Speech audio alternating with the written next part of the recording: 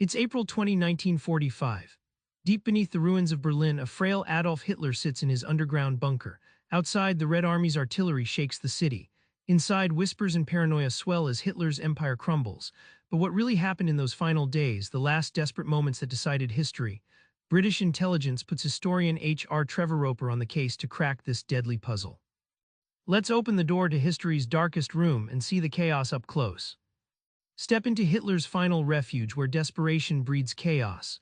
The bunker isn't just a shelter, it's a rotten pressure cooker of power plays and paranoia.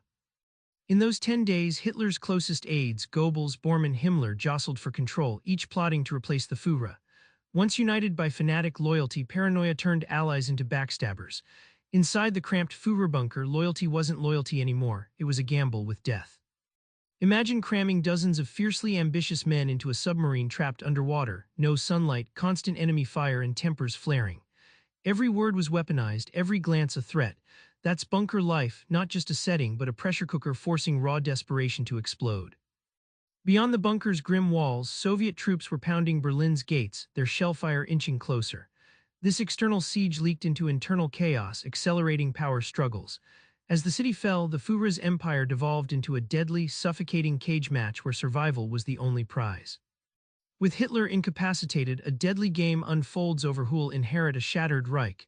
It's less about ideology, more about ruthless survival. Heinrich Himmler, once the architect of terror, bizarrely tried to negotiate a separate peace with the Western Allies behind Hitler's back. It was a reckless gamble, attempting to save himself while betraying the collapsing regime. Himmler's duplicity sealed his fate and fractured the Nazi leadership further. Joseph Goebbels, the propaganda master, clung to the Führer's vision but showed a heartbreaking human side when he poisoned his own 6 children rather than let them fall into enemy hands. This act reveals how fanaticism and tragedy intertwined in the bunker's closing hours. Martin Bormann, Hitler's shadowy secretary, wielded power by controlling information and access. In the bunker's final days, he tried to manipulate Hitler's will and position himself as successor, but his ambition unraveled into paranoia, showing how in collapse, even power players lose everything chasing ghosts. We finally confront the moments that ended a martyr, a monster, and a myth. What really happened when the war ended, and why did it matter? On April 29, Hitler dictated a sprawling final will, disowning Himmler and Goebbels, naming successors, and insisting on loyalty to death. This document wasn't just legalese, it was a desperate attempt to script history as he wanted it remembered, control maintained even in death. Hitler's and Eva Braun's suicides combined cyanide poisoning and a gunshot, details obscured initially by chaos and conspiracy theories. Trevor-Roper's investigation revealed the grim precision of their final acts, unraveling wild rumors of escape or survival that had haunted post-war myths. Trevor-Roper worked through tangled intelligence files and prisoner testimonies, exposing false claims and propaganda. His report clarified history's darkest hour by piercing lies and legends.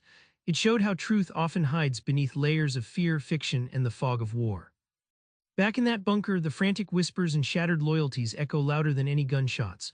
Trevor-Roper's deep dive cuts through the fog, not just telling you what happened, but why it matters, how power crumbles from inside, and how truth is the last casualty.